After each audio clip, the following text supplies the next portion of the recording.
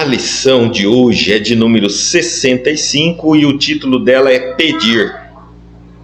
Ela está no Evangelho de Mateus, capítulo 20, versículo 22.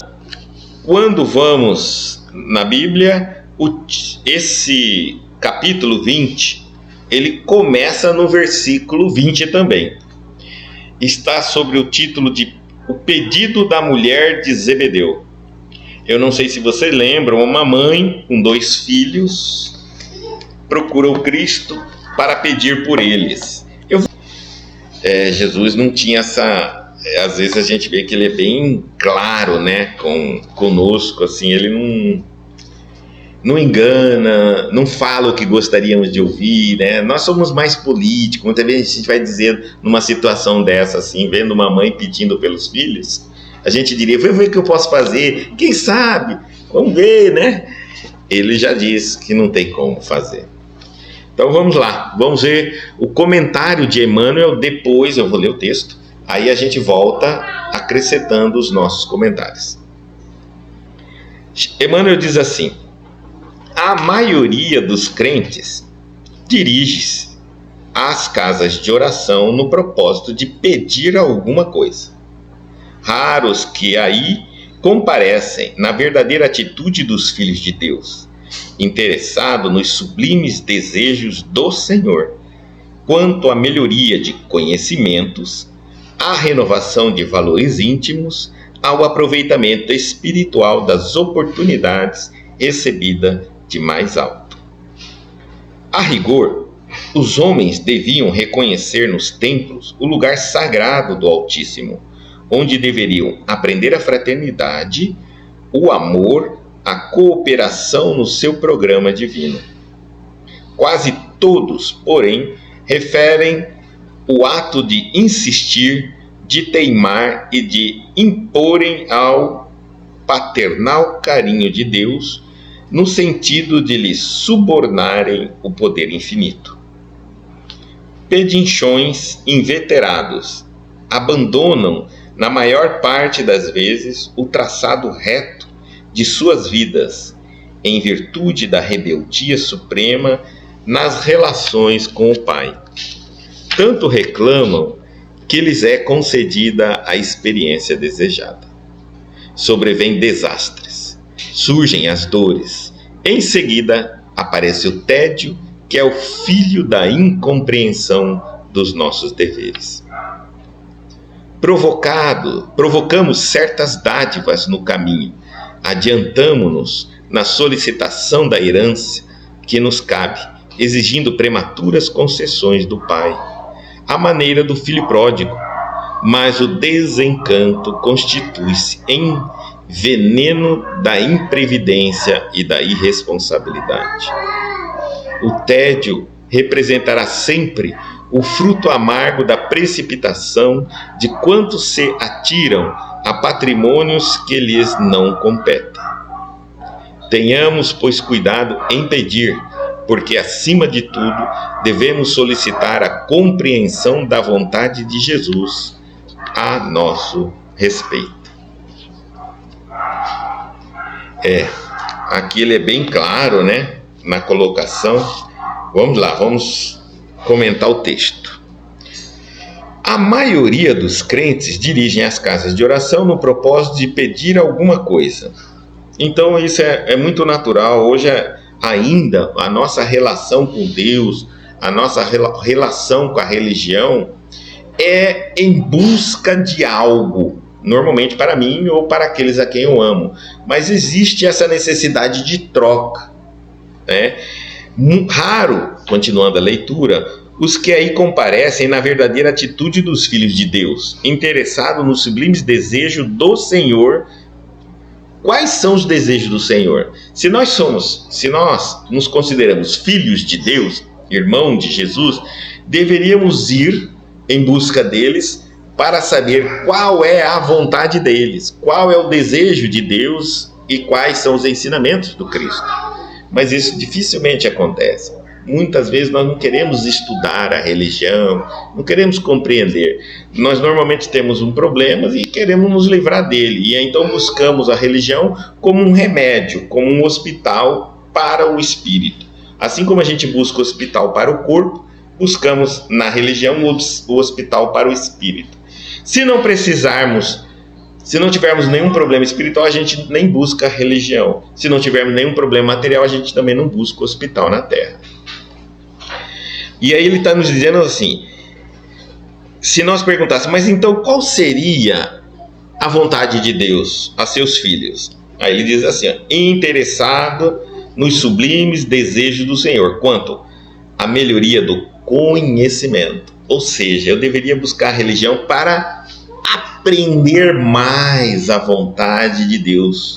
Quem é esse Pai? Já que eu não vejo Deus, não toco em Deus, não ouço Deus, eu deveria buscar a religião para compreender mais isso que é quase intangível por mim, né?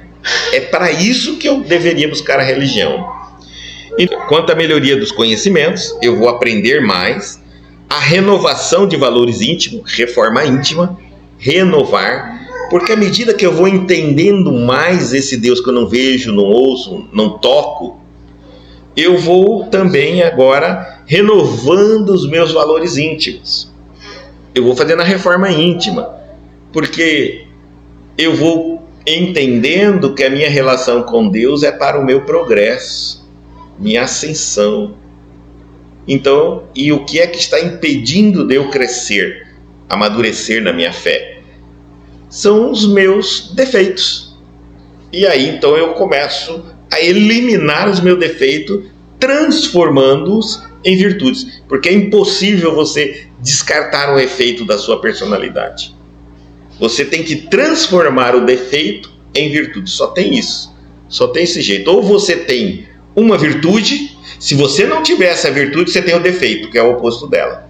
Cada virtude tem um defeito. Cada defeito tem uma virtude. Ou você está com a virtude ou você está com o defeito. Não tem como. Então, trabalhar esses defeitos, transformá-los em virtudes. Depois, ao aproveitamento espiritual das oportunidades recebidas do alto. E aí, então, entender finalmente por que estamos na Terra, o que viemos fazer aqui. E aí saber como eu posso aproveitar mais a minha vida, já que ela é uma oportunidade do alto, uma oportunidade de Deus, para me aproximar mais desse Deus, para me tornar, para que esse Deus se torne mais íntimo meu, mais próximo, e não aquela distância de Deus e nós, cada vez mais aquela distância. Eu quero me abrir e me aproximar mais desse Deus, mas eu só vou fazer isso, eu só vou me tornar mais íntimo de Deus e do Cristo quando eu os entender. E para os entender eu vou ter que estudar muito, muito, muito. Uma faculdade, para entender algumas profissões da nossa vida, a gente faz de 5 a 10 anos, com pós-graduação e tudo mais, na Terra. Mas estudar a espiritualidade é muito mais do que 10 anos, de muito afinco, de muita vontade, de muito desejo, de muita leitura, de muita pesquisa, para que eu consiga entender finalmente quem é este Pai, o que é que Ele quer de mim. Como eu posso me tornar mais próximo a Ele e de que maneira eu posso viver esta vida, que é uma escola, nesta escola, aproveitando o máximo deste momento. A rigor, continuando a leitura, a rigor, os homens deveriam reconhecer nos templos o lugar sagrado do Altíssimo, onde deveriam aprender a fraternidade, o amor, a cooperação no seu programa divino. Então, os templos, as igrejas, os centros espíritas, os locais onde se reúnem os fiéis, de seja qual for a denominação religiosa, todas nos levam a Deus, se eu as levar a sério, né? Não é a religião que me leva a Deus, É eu que uso da religião para chegar a Deus. Então, onde deveriam aprender? Quando a religião é séria, eu estou aprendendo sobre fraternidade. Tá? Eu estou aprendendo sobre o amor, sobre a cooperação e sobre o programa divino. Ou seja, que programa é esse? O que é que nós viemos fazer na Terra? Por que estamos aqui? Por que temos que nos tornar mais dóceis? Pessoas melhores? Por que precisamos cultivar virtudes? Por que temos que trabalhar nos nossos defeitos? Isto tudo faz parte de um programa divino. Qual é o programa de Deus para nós? Evolução. Então eu preciso me atenar mais e entender que tipo de evolução, como evoluir, quais os processos, quais os métodos, porque senão eu vou desencarnar, vou morrer e vou perder a grande oportunidade. Vou ter uma religião, mas não vou ter exercido ela na minha vida. É como se eu tivesse passado um período matriculado numa escola, ter ido à escola, mas não aprendi o que eu deveria saber, tá certo? Então, quando o aluno chega na escola, ele está ali, o professor está ensinando, aí o professor fala assim, o que eu vou cobrar, o que vocês, de matéria, o que vocês precisam saber dessa matéria. Ou seja, existe uma relação clara, vocês vieram para aprender isto aqui. Eu vou dar tudo isso de matéria, mas essa parte, esse núcleo aqui, é o que você mais precisa saber. Senão, não adiantou nada a escola para você, se você sair sem isso. Então, essa escola aqui não pode se fechar. Nós não podemos sair deste planeta, não podemos morrer sem entender o básico do que nós viemos aprender neste planeta. Tá? E isso é importante. Isso nós encontramos, esse plano divino a gente encontra em qualquer religião. Em qualquer. Continuando a leitura, quase todos, porém, preferem o ato de insistir, de teimar, de se imporem ao paternal carinho de Deus, no sentido de lhe subornarem o poder infinito. Muitas vezes a gente não quer fazer essa parte, né?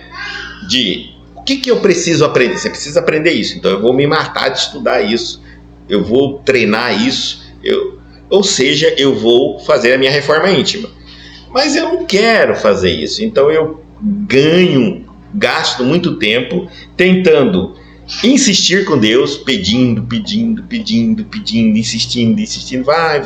É como se o professor falasse assim, olha, estuda, eu vou cobrar isso na prova. Aí o aluno resolve não estudar, mas ele tenta passar de ano insistindo com o professor, me dá uma nota.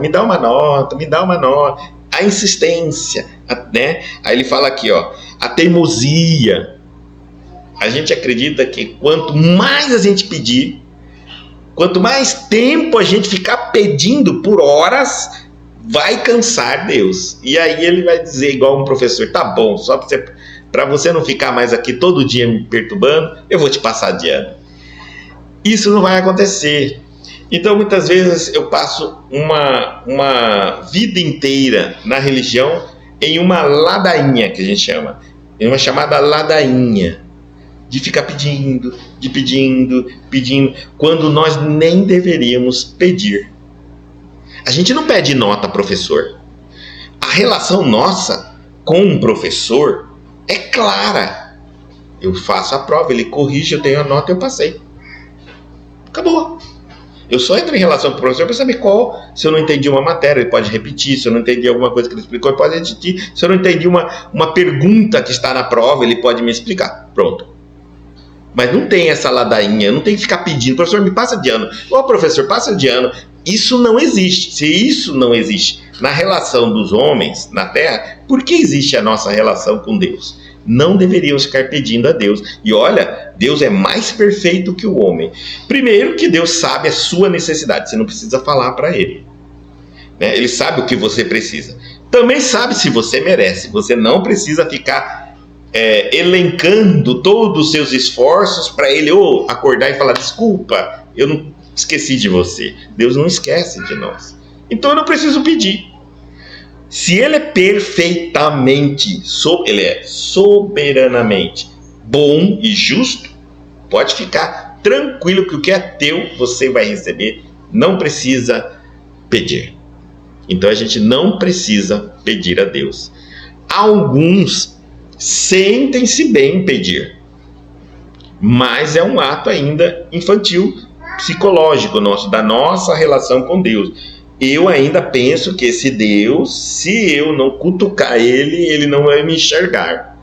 Porque a gente tem essa noção um pouco diferenciada de Deus. Então eu vou dar uma cutucada nele toda noite, porque aí o homem lembra de mim e faz alguma coisa. Mas não é assim. Não precisamos pedir. Então, se eu não preciso pedir a Deus, o que é que eu preciso? Fazer a sua parte.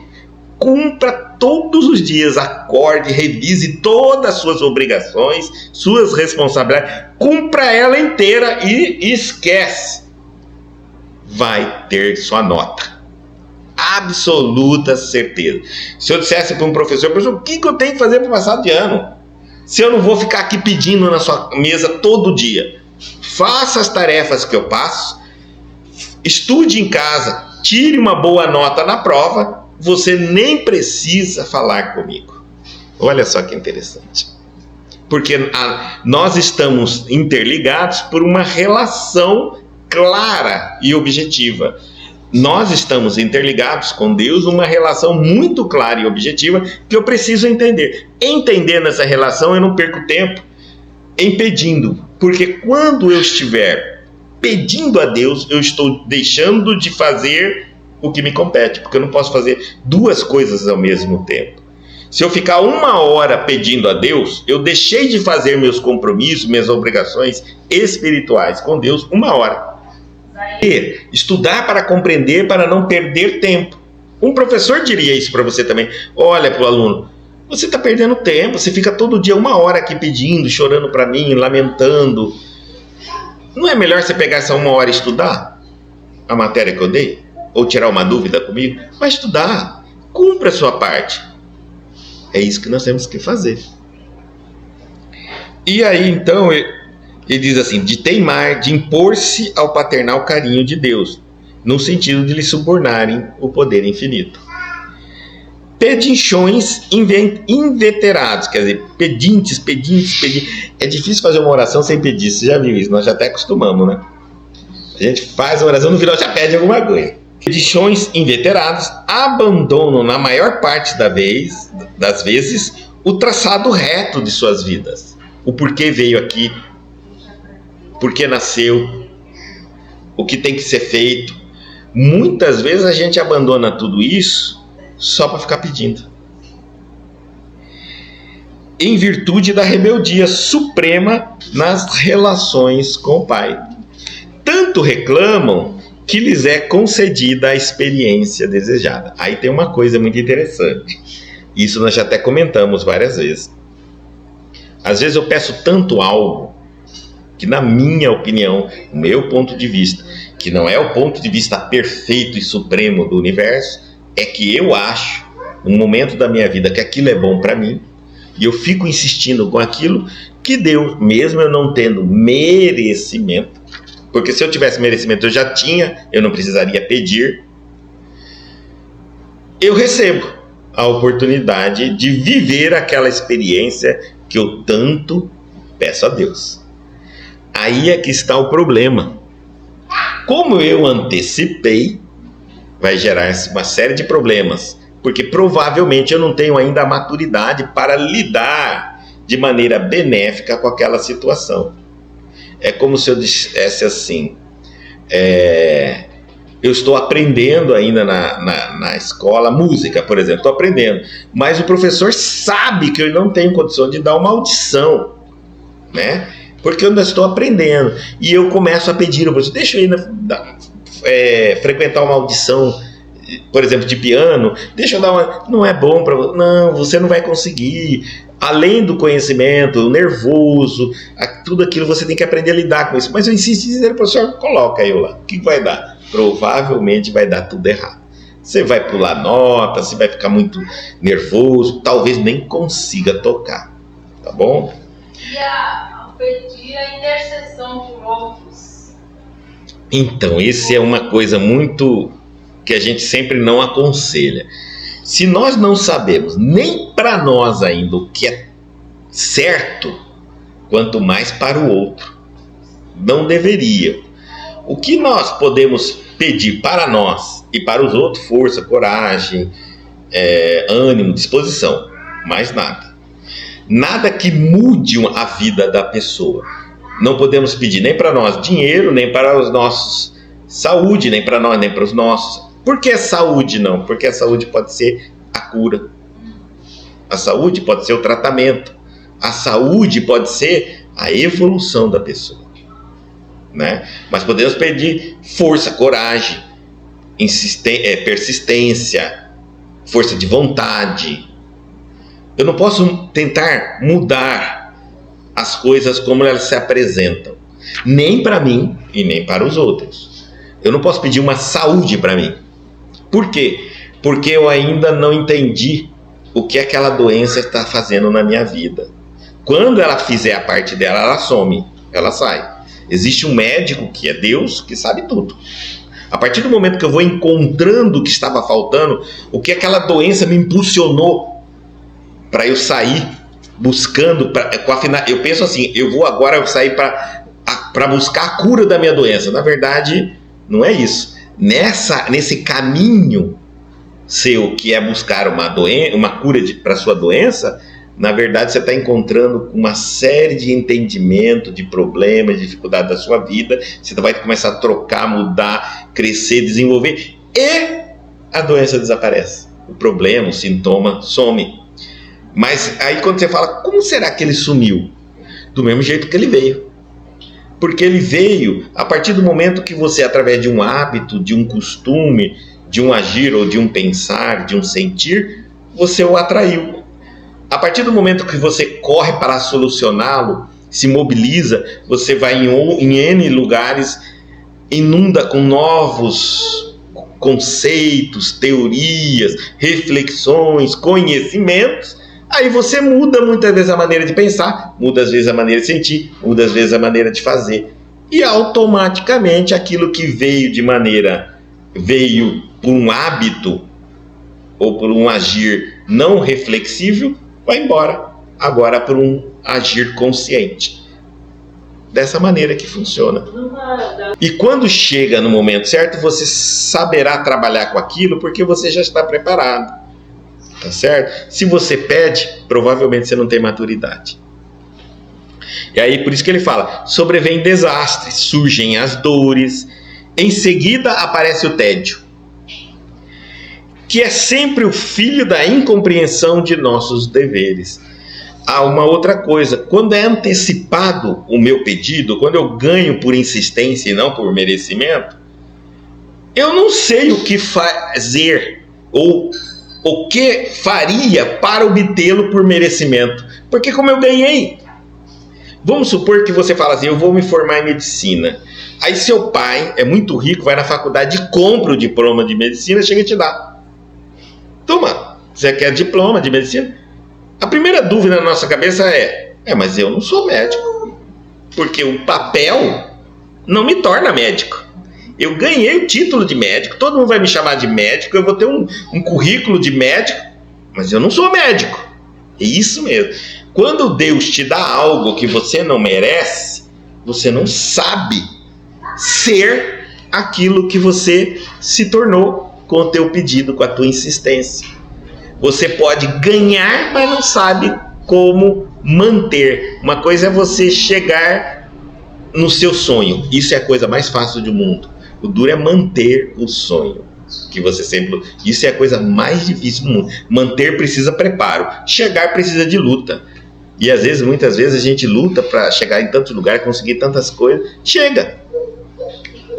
Mas, e agora manter? Não é simples, não. Eu preciso entender que tudo tem um trabalho, um preparo, um exercício, e que então, se eu tiver merecimento, eu vou obter. Sem problema, É que nós temos uma ideia de que se alguém diz, se você não tem merecimento, é como se fosse uma punição, é como se eu estivesse sendo diminuído em relação a quem tem merecimento. E não é. Quando alguém diz, você ainda não tem merecimento, está dizendo, olha, continue, esforce e vai obter. Porque o merecimento, todos nós, sem exceção, podemos obter. Tá certo? Ganhar, não insistir num pedido, não é um ato maduro. Não é. Não sabemos o que estamos pedindo. Primeiro vem o desastre, depois vem as dores e por último vem o tédio. Sabe o que é o tédio? O tédio é exatamente isso. Alguém te deu um sonho, mas não deixou você sonhar. Porque sabe qual é a melhor parte de um sonho? É o caminho, é a trajetória, é a luta para chegar nele. Não é quando chega. Chegou. Aí você enjoa. Em uma semana, um mês, 2 meses, um ano, no máximo, você já enjoou. Você está lutando para ter um carro. Está lutando, trabalhando. A hora que você tem um carro, 2 anos já está enjoando, já quer passar para outro.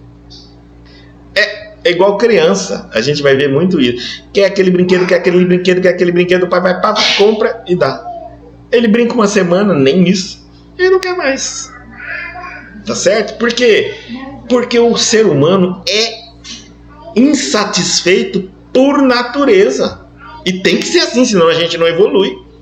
Então, o sonho existe não para a gente alcançá-lo. O sonho existe para a gente ter um motivo para levantar da cama, acordar e viver a vida.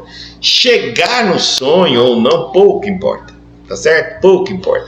O que importa é como você viveu esse sonho, como você lutou, passou por cada esforço. Isso é que te importa. Isso é que te tornou um homem sonhador, um homem visionário. Chegar no sonho, aí depois vem o tédio, vem os problemas e tudo mais. Muitas vezes a gente morre antes de chegar a alcançar um sonho. E eu digo, alguém diz assim, coitado, ele nem chegou no final do sonho. Eu sempre digo, ele está, graças a Deus, porque ele é um sonhador que continua sonhando do outro lado. Tá certo? Se ele tivesse alcançado o sonho dele, ele seria um espírito tedioso, entediado do outro lado. Por quê? Não tem mais o que fazer. Então, não é essa a finalidade do sonho. Continuando. Provocamos certas dádivas no caminho, adiantando-nos na solicitação da herança que nos cabe, exigindo prematuras concessões do pai, à maneira do filho pródigo. Mas o desencanto constitui-se em veneno da imprevidência e da irresponsabilidade. Por isso, o que nós estamos falando aqui está lá na parábola do filho pródigo. Um filho, um senhor, tinha 2 filhos. Um chega e pede ao pai tudo que lhe pertence na partilha dele. Então o senhor dá tudo que lhe pertence para ele, antecipa tudo. E ele sai para viver o mundo dele como ele quer. Porque ele tinha um sonho, ele acreditava que ele poderia ser feliz longe daquele pai, em outras terras, e podendo administrar o que supostamente seria dele um dia. Ele antecipou, pediu antecipado. Então, óbvio, ele é um espírito adolescente. O que eu estou dizendo assim, espírito adolescente, não é, todos nós podemos ser espírito adolescente, não importa a idade do corpo físico. Imaturo. É aquele que sempre acha que sabe mais do que Deus. Um filho que sempre acha que sabe mais que o pai. Né? Então, me dá tudo aí que eu vou ser feliz. Foi, gastou tudo, perdeu tudo, começou a passar fome. E aonde que ele voltou? Para a casa do pai. Na parábola nos mostra isso. Né? Por quê? Porque se ele estivesse preparado para ter tudo, o pai tinha lhe dado. Chegado, já chegou o seu momento, tudo que você tinha que aprender já aprendeu, tudo que eu podia te ensinar já te ensinei, toma o que é teu e vai seguir sua vida. Ainda ele poderia errar? Poderia, muito, a possibilidade era muito menos. E quando Deus nos faz isso, nós temos condições. É por isso que a gente diz assim: tudo que te acontece, você está preparado para o acontecimento. Você está preparado e já merece coisas boas e coisas ruins. Porque se Deus é justo, Ele não está te punindo. Ele está te dando aquilo que te merece. Mesmo que seja teste, Ele está te dando um teste porque você já está preparado para fazer o teste, a prova. Tá certo? Então nunca pensa que as situações que você está enfrentando na sua vida está além de você. Que você está aquém as situações da sua vida. Que o que você está passando é insuportável. Que Deus falhou, que Deus errou. Como que Ele deixa acontecer aquilo? Não, está certo, está certo. Ou você está passando por aquilo por merecimento, ou seja, você já fez tudo o que tinha que fazer, agora é o momento de você passar por essa situação, enfrentar essa situação para passar para outro estágio, ou você pediu, né? Tanto, não diretamente isso, ou às vezes só que você não sabia que seria tão ruim assim, e Deus te concedeu. Um ou outro. Como eu vou saber? Vamos lá. E nós já falamos também sobre isso na Reforma Íntima. Vamos supor que eu tenha saúde por tanto pedir a Deus. Então eu tenho uma saúde não por merecimento. Eu tenho saúde de tanto pedir a Deus. O que vai acontecer? Eu sou aquele que come de tudo. E come errado. Porque como eu tenho saúde, pedindo a Deus, eu não sei o que fazer para ter saúde. Está vindo pelos meus pedidos a Deus. Eu não me preocupo se eu como gordura, se eu como sal, se eu como açúcar. Eu não estou nem aí. Eu não tenho problema de saúde. E eu ainda brinco com os outros. Eu não tenho problema de saúde, eu não ligo para isso não. Eu como tudo qualquer hora e pronto. Mas eu toda noite vou pedir a Deus para ter saúde. Tá certo? Então aquela pessoa que não tem problema de saúde e que come tudo errado, que não se preocupa com isso, você pode ter certeza que ela não tem merecimento. Ela está tendo um adiantamento de prova. Está dando a ela o que ela gostaria de ter. Quando você vê uma pessoa saudável, não tem problema nenhuma, e antes de comprar qualquer coisa no supermercado, mandar aquilo para a boca, ela lê todo o rótulo e diz se não vai comer, come. De 10 coisas que ela põe no carrinho, no final ela leva um, porque a única coisa que lhe faz bem para a saúde é essa pessoa tem saúde por merecimento. Ela sabe valorizar a saúde. Por quê? Porque ela já passou pela doença. Então ela já alcançou, ela já tem maturidade de saber que saúde não fica vindo de graça. Que saúde é algo que a gente luta diariamente para ter e manter. Compreenderam? Então por isso que a gente vê um jovem, por exemplo, jogando a saúde dele fora, fumando, bebendo, tudo, ele acha, é tudo adiantamento de merecimento. Ele vai perder tudo. A ação de agradecimento, inclusive, não é só cristã. O budismo fala sobre o agradecimento muito. Quando eu agradeço, para eu agradecer, eu tenho que enxergar, porque às vezes eu não agradeço porque eu nem enxerguei. Depois, valorizar, porque eu tenho que saber que aquilo que eu tenho, tem muita gente que não tem. E terceiro, eu tenho que reconhecer que é bom para mim. Então, 3 coisas que o agradecimento faz. Por isso, é a melhor relação que eu tenho com Deus. É a melhor. Se eu não enxergo as coisas boas da vida, eu só reclamo das coisas. Às vezes eu estou muito focado só no que eu não tenho, não enxergo o que eu já tenho. E depois eu não enxergo que o que eu tenho, muita gente não tem e gostaria de ter. Né? E depois eu vejo como é importante tudo aquilo que eu tenho. Dar importância. O agradecimento é a melhor oração em tudo. E aí então, a maneira do filho pródigo, né? A gente pede tudo e o pai nos mostra que tudo que a gente recebe, solicita, insiste, antecipado, se torna um veneno.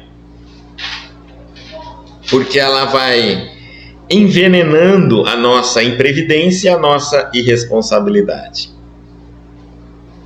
Aí ele diz assim: o tédio representará sempre o fruto amargo da precipitação de quantos se atiram a patrimônios que lhes não competem, ou seja, todos que alcançam o que não estão preparados para alcançar, isso porque às vezes insistentemente pediram, e eu posso pedir a Deus de diversas maneiras, né?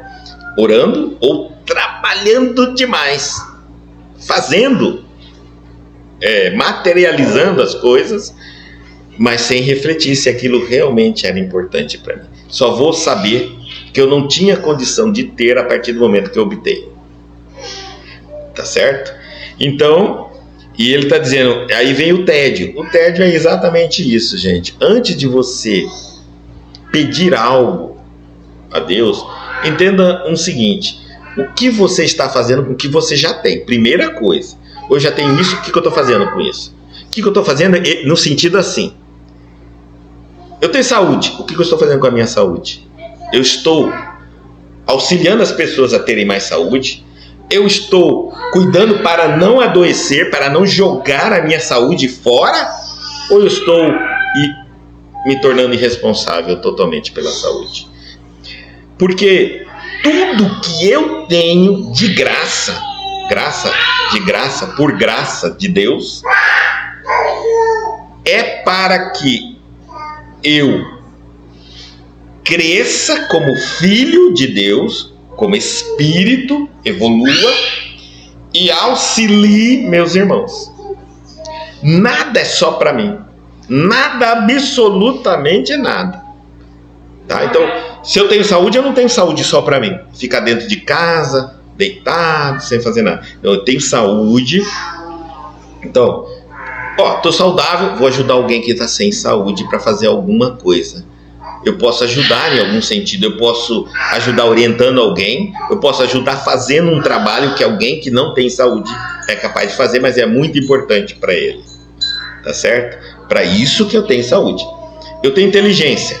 Eu tenho inteligência para quê? Só para fazer coisa e ganhar dinheiro? Não, eu tenho inteligência, porque aí com a minha inteligência eu cuido de mim e cuido dos meus irmãos, dos meus semelhantes. Eu cresço com a minha inteligência e ajudo os outros a crescer. Todo o trabalho, todos os dons, todas as graças que eu recebo, ela tem que ser multiplicada. Ela tem que ser trabalhada.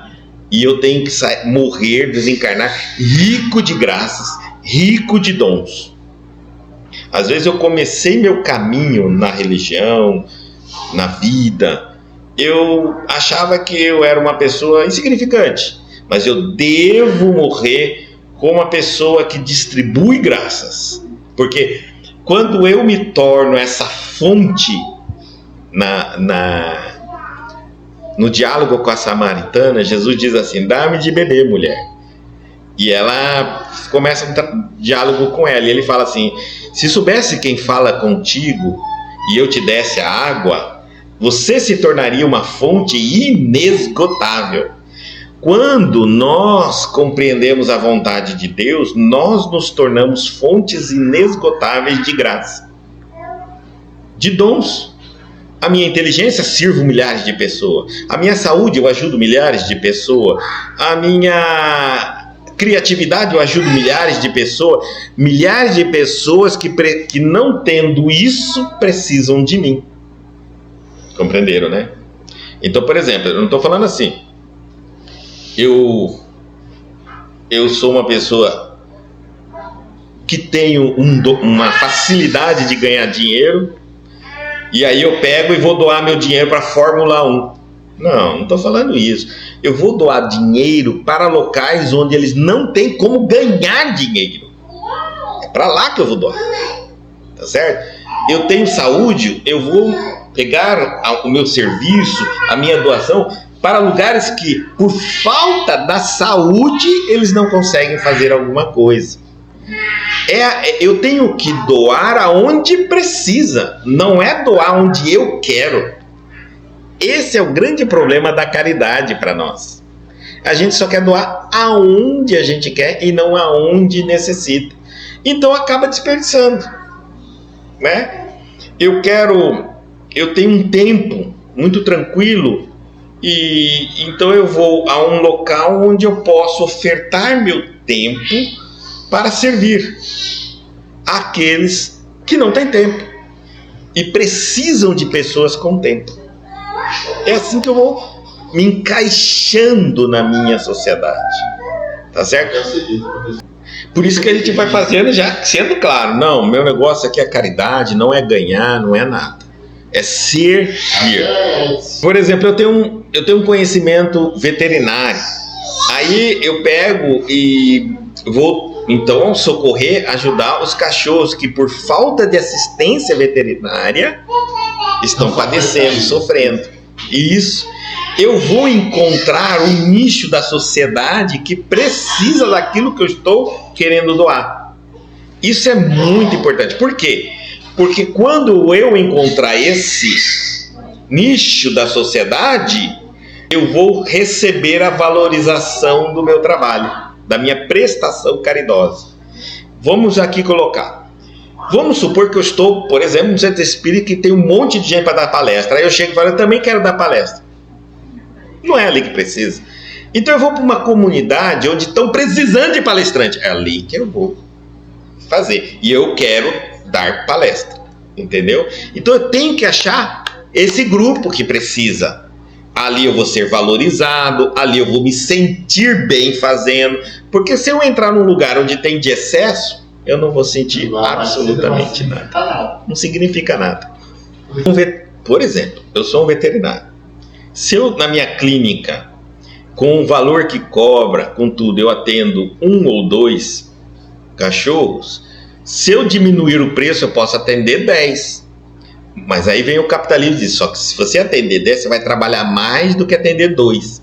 E você talvez vai ganhar o mesmo que você atende 2. Bom, um cristão pensa que as bênçãos do conhecimento dele não veio para ele ganhar dinheiro só, veio também para servir. Meio. Somente, né? Somente ganhar dinheiro. Porque quando eu atendo 2, eu estou só ganhando dinheiro. Por isso que eu atendo 2. Eu tenho tempo, sobra tudo.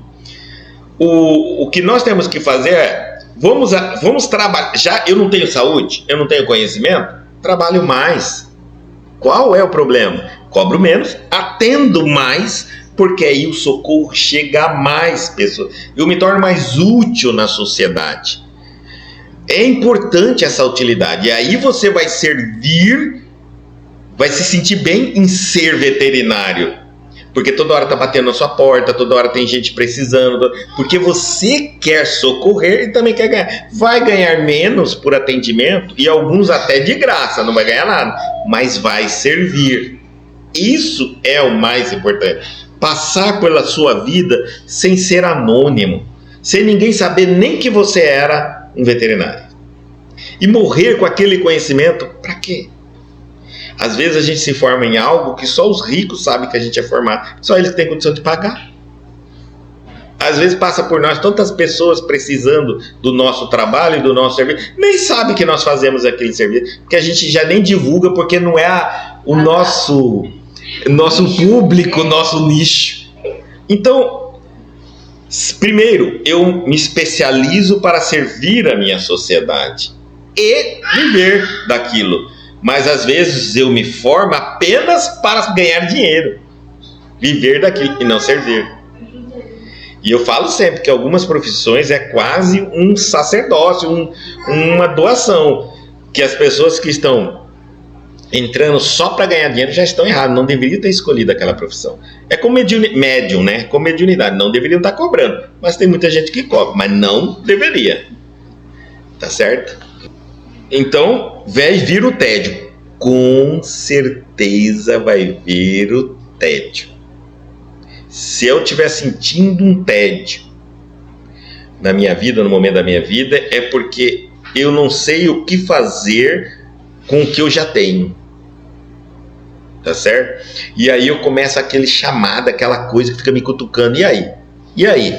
E aí? E aí? Para isso que você queria, para chegar aqui?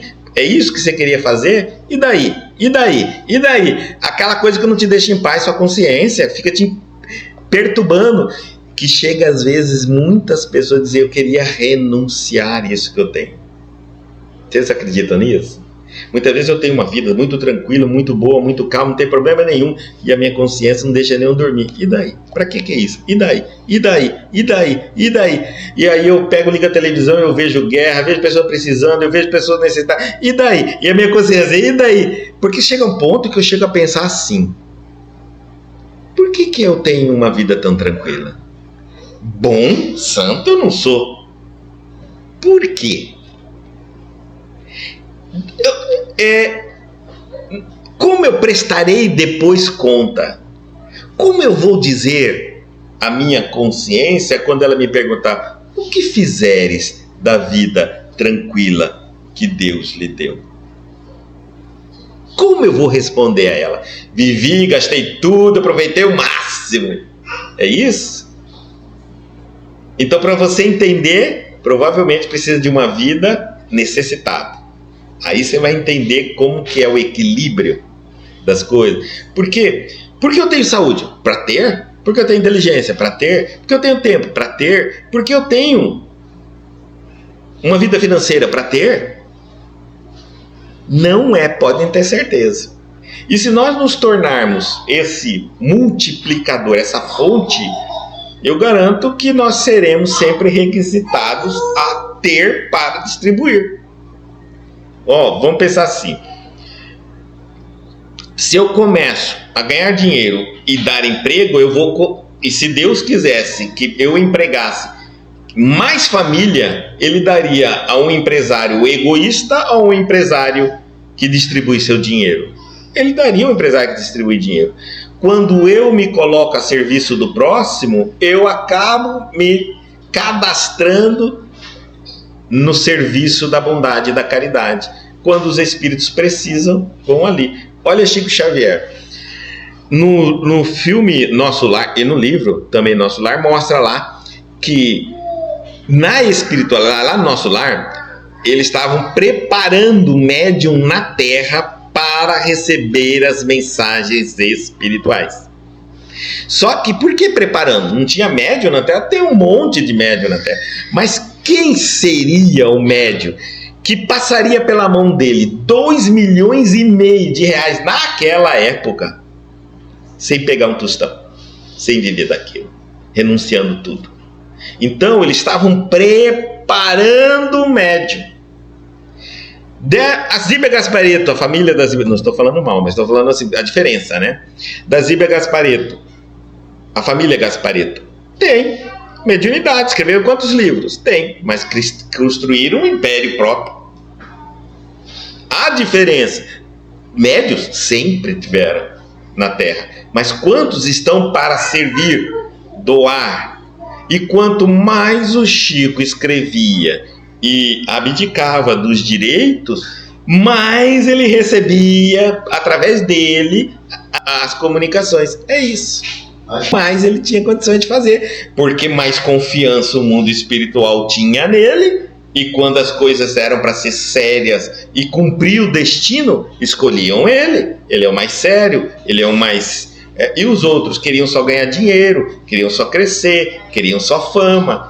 Então, quem mais ficava com ele eram os espíritos que queriam transmitir a missão, mas não estavam com compromisso com o médium. Perguntaram assim: será que um bom espírito pode procurar um médium ambicioso? Um bom espírito pode procurar um médium ambicioso? Gente, pode. Por quê? Porque às vezes o espírito precisa mandar a mensagem para a Terra. Para o espírito é o trabalho dele, é a evolução dele. E aquele médium ambicioso, errado, torto, é o único que pode dar naquele momento. Então ele vai sim se utilizar do médium, a mensagem dele. o médium perde a oportunidade de ganhar, porque vai pegar a mensagem do espírito e vai ganhar dinheiro, vai fazer um livro, vai colocar numa editora e vai pegar o dinheiro. Mas o espírito não perdeu o trabalho dele, não. Ele cresceu e evoluiu. O médium falhou. E muita gente vai ter acesso àquele conhecimento. Exato, ou seja, ele vai alcançar o ponto que ele queria. Ele queria, às vezes, transmitir uma experiência de vida dele, ou de alguém que ele quer contar, o que aconteceu. Então, são romances que ele está contando, mandando para uma multidão de pessoas. Olha, o que vai acontecer caso vocês façam isso, caso eu faça aquilo. Porque esses romances só servem para isso. Só para a gente ter uma ideia para onde que a gente está caminhando quando escolhe uma determinada direção na nossa vida. Ele não é um espírito muito doutrinário. E aí ele está contando a experiência, para não dizer amanhã depois, ninguém vai dizer assim, eu não sabia. Então tá ali o livro. Para quantos quiserem. Cumpriu a missão dele como espírito. Agora o médium falhou. Pegou o dinheiro e usou o dinheiro. Esse mesmo médium poderia ter escrito 1000 vezes mais livros. Vai escrever muito menos. Vai ser passado para ele aqueles espíritos que precisam fazer esse trabalho, sentem também que é necessário e não estão muito preocupado com a mensagem que o médium transmite na conduta de vida dele. Espíritos mais elevados, que já não tem tanto essa coisa de necessidade de transmitir o conhecimento, porque ele já está evoluído, ele não precisa disso, ele quer evoluir-nos, né? É diferente. Um espírito, a um médium torto, ele precisa trabalhar para esse espírito evoluir. O espírito evoluído, ele já é evoluído. Ele só quer nos ensinar. Aí sim, como é um trabalho espontâneo dele, ele não precisa, aí ele quer o médium do jeito que ele quer. Aí ele escolhe o médium que ele quer. Por isso que a gente não vai ver alguns espíritos em alguns médiums, não. A diferença, quando eu tenho algo por ter, mas não consigo, não sei o que fazer para preservar o que eu já tenho de graça, seja uma vida financeira, saúde, relacionamento profissional e espiritual, se eu não sei por que eu tenho essa tranquilidade e nem o que eu faço para manter essa tranquilidade, tanto que eu não sei o que eu faço, porque eu faço qualquer coisa. Não faço nada especial, né? Isso significa que eu tive um acréscimo, porque merecimento vem de um trabalho, dedicação, de experiência. Então, quando eu já tenho alguma coisa desses itens que nós citamos aqui, eu sei como manter o que eu não tenho que fazer para não perder. Gente, é assim. Quando eu me enxergo como pessoa, personalidade, corpo, matéria, eu quero ter ar-condicionado, porque afinal me dá um conforto térmico, não é? Eu quero ter um carro bonito, me dá um conforto de dirigir. Eu quero passear, porque é status, primeira coisa, e me dá um conforto. Principalmente se eu não tirar uma foto. Quer ver uma coisa mais horrível que tem? Escolhe o lugar mais lindo do mundo, vai sozinho você. E proibido tirar foto, filmar e contar para quem quer que seja. Quero ver se você vai. Porque a verdadeira felicidade é aquela que pode ser compartilhada. Se eu não tiver com ninguém para conversar, imagina um lugar, e vamos colocar assim, vamos colocar um paraíso aí. Tá bom, eu vou te mandar para lá, sem celular, não vai escrever, vai sem ninguém, só você, e nunca vai poder contar a ninguém que você foi. Acabou, matou. É o que eu quero. Eu não vou poder nem contar. Então não dá certo. Se a gente só acha um sonho bonito quando conta. Se eu acabei de acordar e teve um sonho, deixa eu te contar que esse sonho é lindo. E vai que eu encontro um monte de gente falando assim, eu não quero saber do seu sonho. Ai meu Deus, para quem que eu vou contar? Olha só. Se eu não dividir, se eu não... Parece que eu só vivo aquilo se eu imaginar e refazer e contar. Eu preciso do olhar de admiração dos outros, eu preciso da palma dos outros, percebam isso. E é verdade, a verdadeira felicidade só é aquela que pode ser compartilhada. Tá certo? Não tem jeito, é assim. Então, tudo isso que a gente tenta viver é uma visão ainda materializada.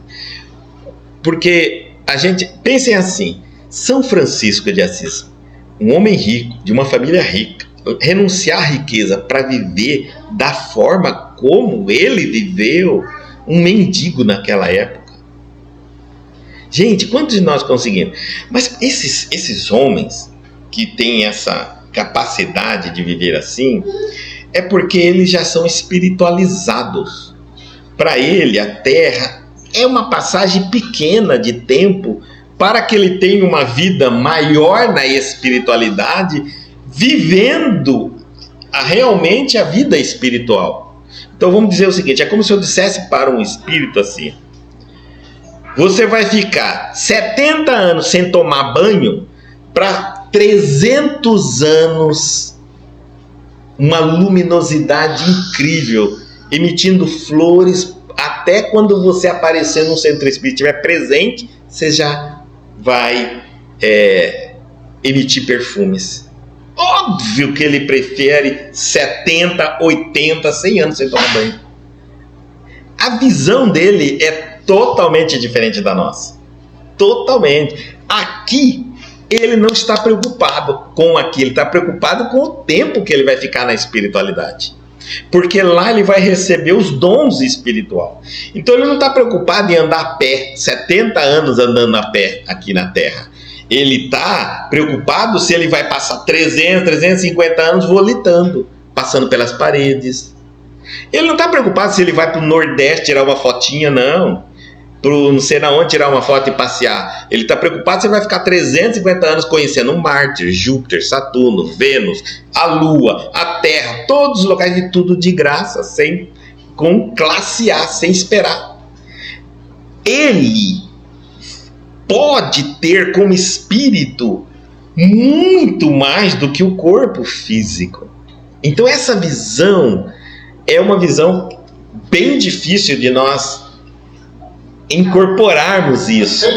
Aceitar. É muito difícil. Tanto que é tão difícil de se negociar também na nossa reencarnação. E eles têm essa clareza. Quando isso acontece, até no período encarnatório, eles têm contato com a espiritualidade. Então eles não têm um momento que eles queiram largar aquilo, não. Você vai ver a vida de Chico Xavier. Chico Xavier, enquanto esteve na Terra, ele conheceu Marte, a Lua. Ele conheceu. Levaram ele em espírito, em desdobramento. Tá certo? Ele conversou com seres extraterrestres.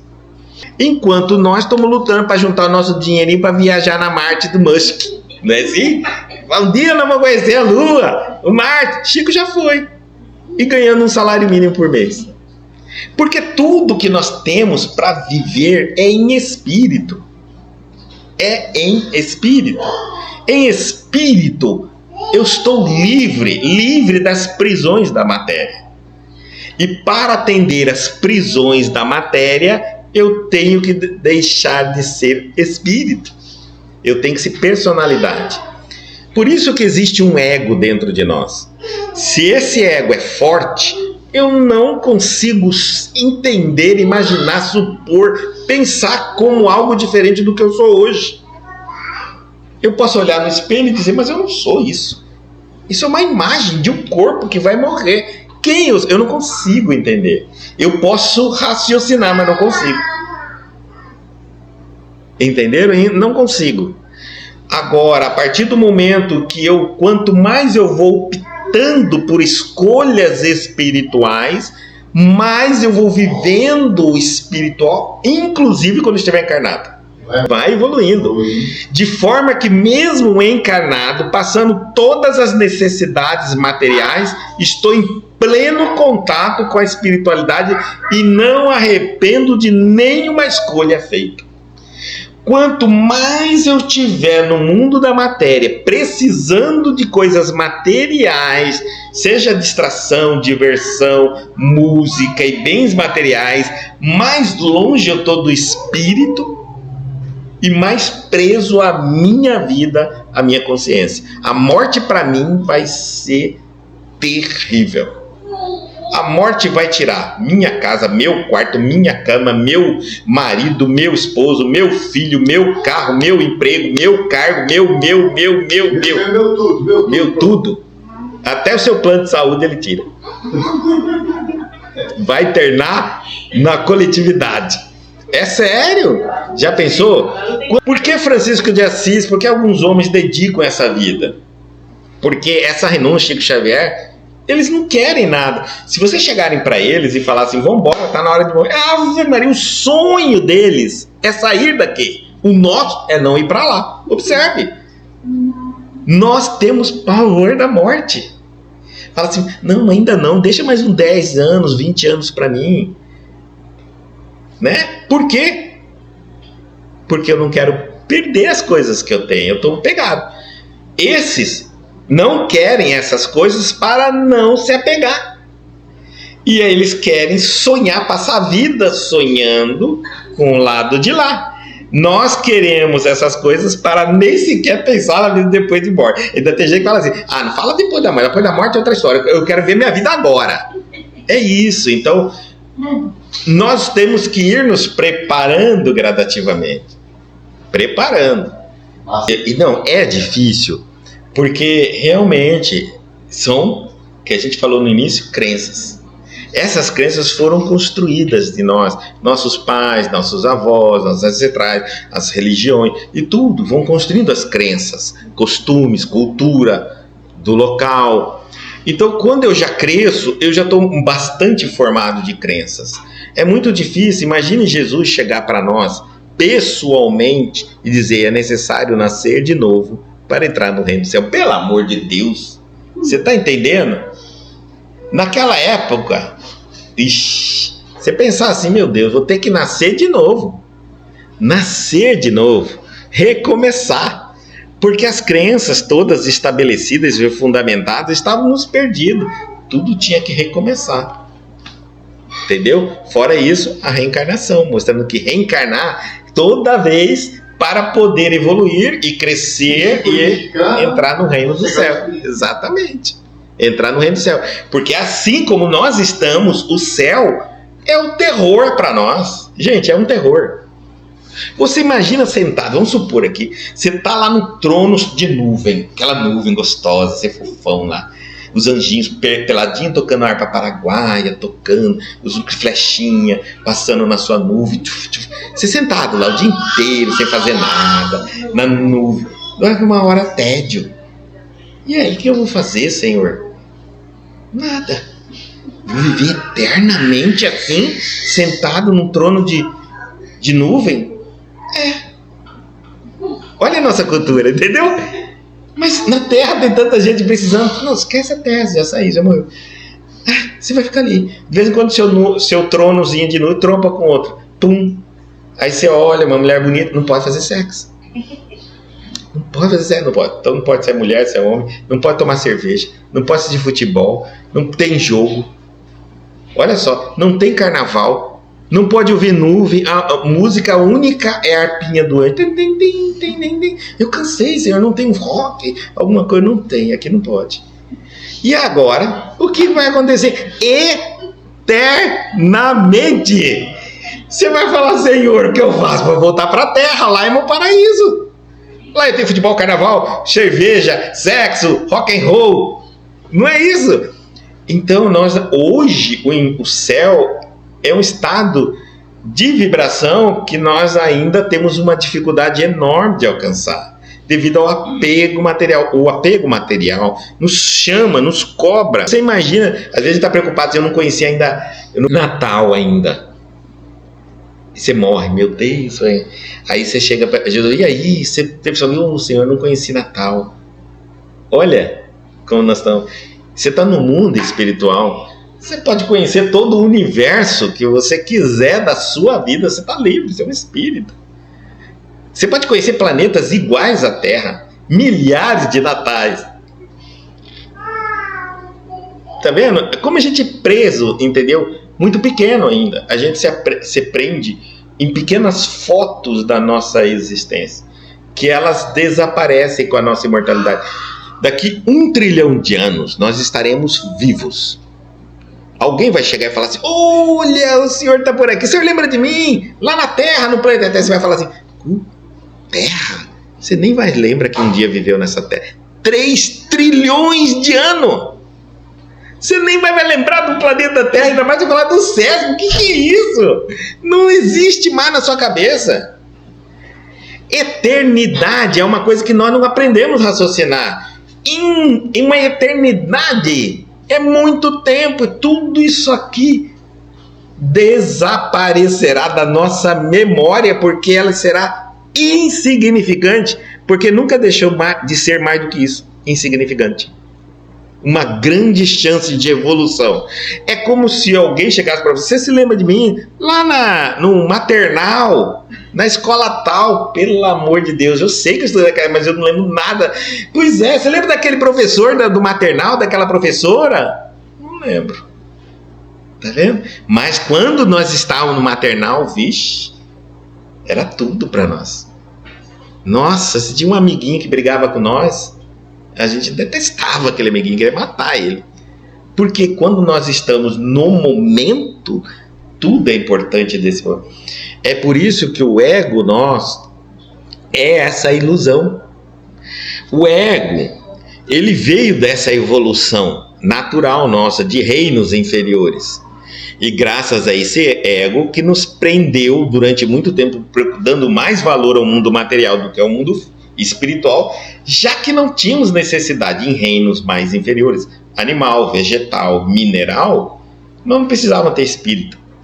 Então o nosso ego foi extremamente importante. Ele nos fez preocupar com aquilo que nós precisávamos. Mas quando caímos no mundo nominal, não. O ego ainda continua nos iludindo toda vez para o mundo físico. Ele fica o tempo todo chamando-nos para o mundo físico. E o nosso espírito chamando-nos para a verdadeira finalidade dessa existência. É uma luta titânica nossa aqui, o espírito e o ego, ou o mundo espiritual e o mundo material, ou o espírito e a matéria, o corpo. Ficam brigando o tempo todo. O corpo não quer morrer, ele quer viver. Cada dia para ele acredita, o nosso ego acredita que nós somos eternos assim. Como nós nunca vamos morrer fisicamente. Ele não acredita. Só o nosso espírito sabe que a gente vai morrer. E que esse ego, essa personalidade vai desaparecer. Vai reencarnar, vai ter outra, vai ter outra, vai ter outra, vai ter outra. Daqui a pouco você nem lembra quem você foi um dia. Porque o que você é hoje, você está. Você não é. Você nunca foi assim no passado. E depois que passar essa vida, nunca mais será isso que você foi hoje.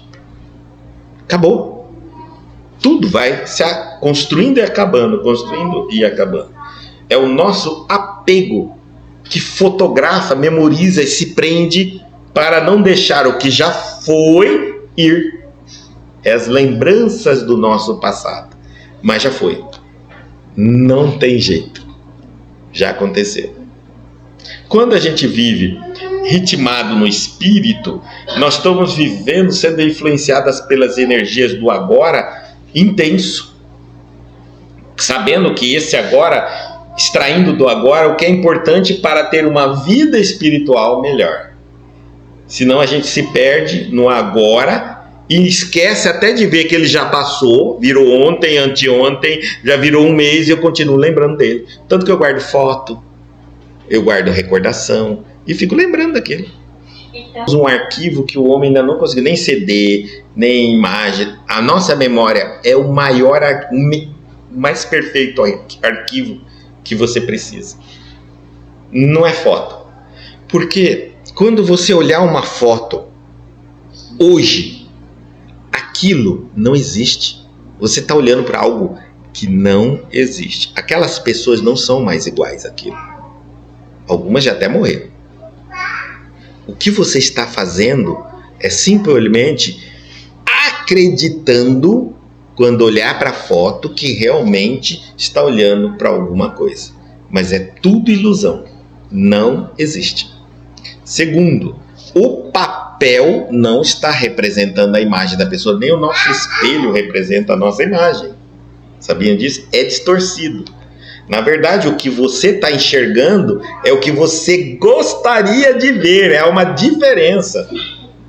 Sabe quando? Lembrem uma coisa assim, ó. Quando você olhar para o espelho, você vai ver o que quer ver, não o que é real.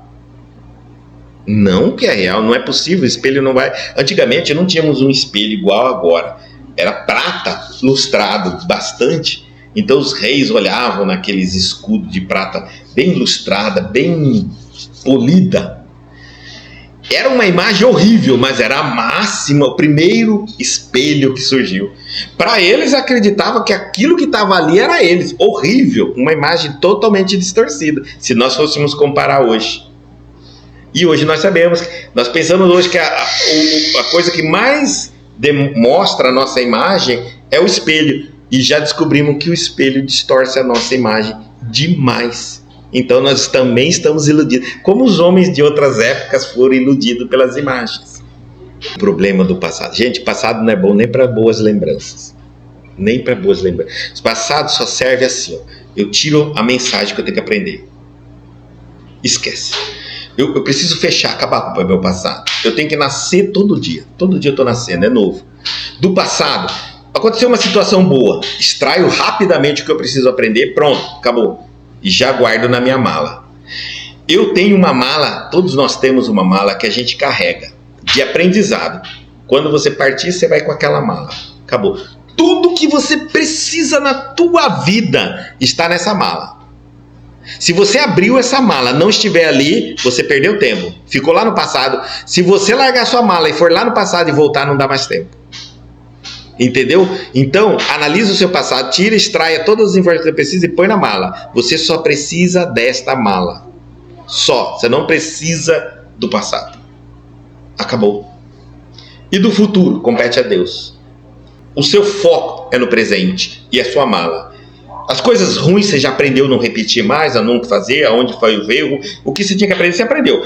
Se não aprendeu, você está preso lá. Por isso que você precisa de lá. Toda vez que você volta lá, tem alguma coisa não resolvida. Compreenderam? Porque quando está resolvido, acabou. Acabou. Se a vida começa a repetir as situações, é que eu não consegui entender desde a primeira até a hoje o que eu preciso. O passado, ele não nos serve. Ele serve assim, para que eu traga para o presente o que eu não preciso mais repetir, o que eu precisava saber, os meus enganos, as minhas falhas. E de coisa boa, o que foi bom e eu posso repetir, o que eu devo manter, o que eu devo eliminar. Só soluções, não fatos. Fatos seria maravilhoso se nós a todos os dias esquecêssemos mesmo do passado. Tá aí a reencarnação é a maior dádiva, a maior bênção de Deus. Você não... Guto, mas veja, até o esquecimento, até a perca de memória, nós sabemos que ela não atinge algumas áreas do nosso cérebro. Uma delas, por exemplo, é a profissão. Você sofreu um acidente de carro e perder a memória, você talvez perca a memória dos fatos da vida. Você não reconhece seu pai, sua mãe, sua irmã, seu esposo, seu marido, mas continua sendo médico. Você esquece até que estudou na universidade. Que estudou, mas o que estudou não. Está dentro de você. É incrível, é fantástico. O nosso apego é muito em situações. Pelo fato de nós não conseguirmos observar quem está olhando para o presente. É o ego, o meu espírito. O meu ego é eu agora. E se é meu ego e acontecer algo que eu não concordo ou algo que eu gosto muito, eu já me amarro, já não consigo mais perceber que está na hora de eu largar isso para trás. Já me agarro. Se é meu espírito, é algo bom, agradeço a Deus, passou. Algo ruim, agradeço a Deus, passou. Eu não me prendo absolutamente nada. Eu sou alguém começando uma nova vida o tempo todo. Caso contrário, o meu passado se torna presente. Aí o que acontece? Quando eu começo a acumular muito o passado, eu já não enxergo mais o presente, eu só enxergo o passado.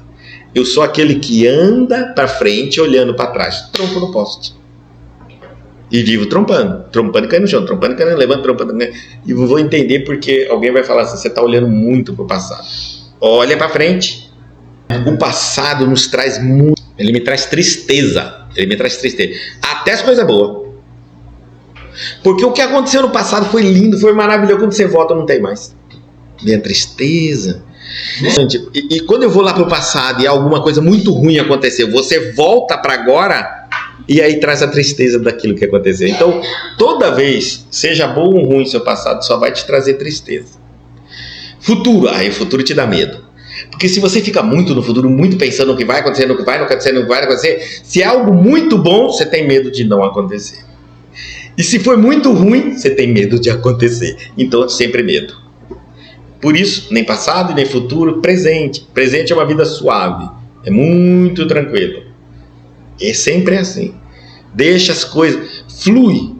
Né? Você está sempre sem se agarrar em absolutamente nada.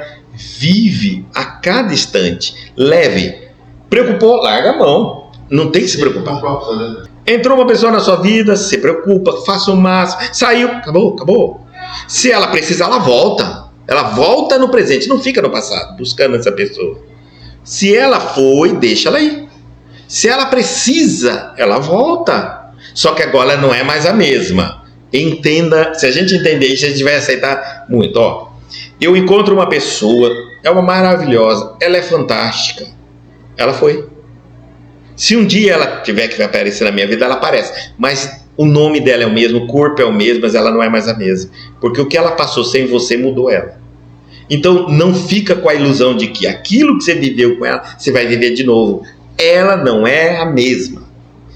A gente erra nisso, porque a gente se prende ao passado e acredita que tudo está igualzinho como era lá, naquela época. Não é mais, já acabou. E só vive do passado quem não é satisfeito com o presente. Então, como eu não me alimento do meu presente, não encontro satisfação, alegria, eu vivo no passado, só lembrando das coisas. Eu preciso me libertar do passado, é muito importante. E aí, continuando a lição, tenhamos, pois, cuidado em pedir, porque acima de tudo devemos solicitar a compreensão da vontade de Jesus a nosso respeito. Olha só, Senhor, eu não quero te pedir nada, eu só quero entender o porquê eu tenho o que eu já tenho e porque não tenho o que gostaria de ter. Eu entendendo isso, é o que eu vou levar. Compreensão, entendimento. Porque se eu ganhar algo agora e morrer, vou ficar muito triste. Porque tudo que a matéria fica. Então eu não quero ganhar o que eu não tenho. Eu só gostaria de entender, de enxergar por que não tenho. É muito mais. Eu enxergando por que não tenho, eu cresci, amadureci, eu conseguir explicar a minha vida. É a coisa mais fantástica que tem. É uma vida muito tranquila, muito lúcida. Ser lúcido é conseguir entender o porquê de cada coisa, por que não tem e o porquê que tem, o que tem que fazer com o que tem, o que tem que fazer com a falta do que gostaria de ter. Isso é maravilhoso, porque essa compreensão levamos em espírito depois que morrermos. O resto, seja o que quer, nem o fio de cabelo a gente leva. Nada, absolutamente nada.